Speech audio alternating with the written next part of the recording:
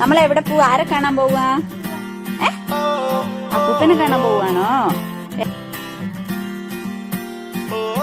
ആരും കാണാതൊന്നും ആരോടും ചൊല്ലാതെ കണ്ണാൽ കണ്ണാൽ തമ്മിൽ മിണ്ടുന്നു നാം.